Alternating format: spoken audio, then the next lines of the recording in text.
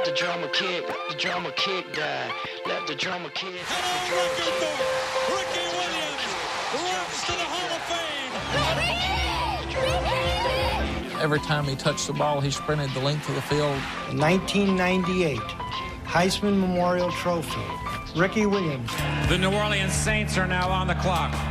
We thought it was a prudent pick at the time. Former Dolphins running back Ricky Williams was in breach of contract when he abruptly retired from the team before training camp. Sometimes some of the things he says are totally off the wall, and then the next sentence makes complete sense. Smoking weed is more important to him than playing professional football. Ricky has the heart of a yogi and the body of a football player.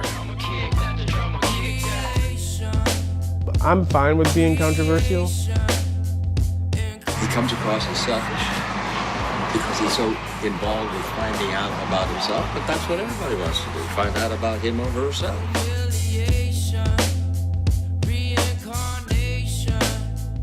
Because I've been a professional football player and I've had a lot of success, and because people can see my body getting physically abused, I lend a lot of credibility to people who are interested or know that there's something in, alternative healing.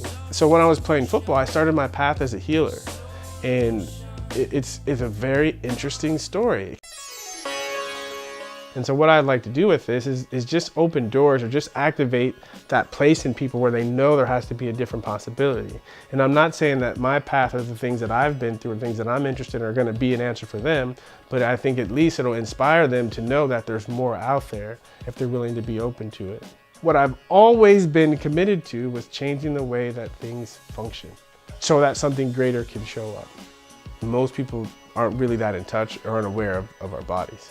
And as a football player, because I was using my body on a daily basis, I was aware. Unfortunately, most of the time I was just aware of when it was hurting or when there was pain. And so as I progressed in my career, I looked at it and I said, wow, I spend 6 months of the year destroying my body so intensely.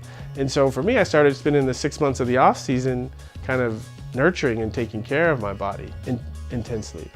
And it made a huge difference. So for me, what I found is when I was a football player, I'd look at and I didn't really look at it except in passing.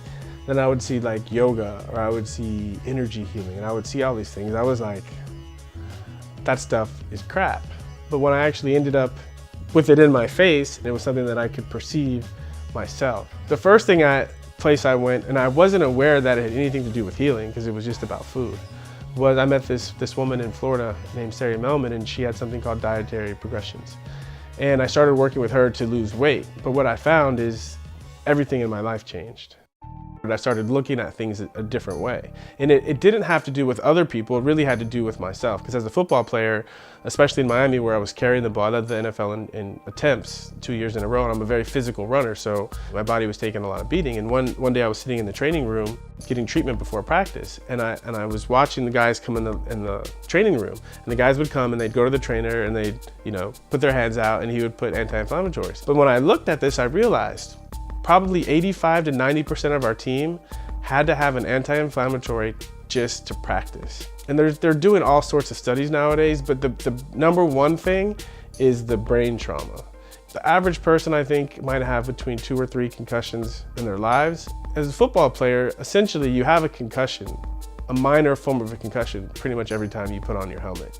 When you allow your body to assist you in creating the kind of life you want to have, then anything becomes possible. Like, how many people are slowed down or stopped or controlled or halted or by their bodies?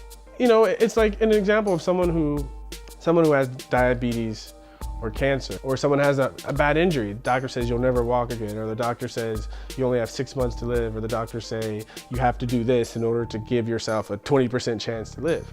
And I think when people hear that, it's like they know somewhere deep inside there has to be another way. There has to be a different possibility.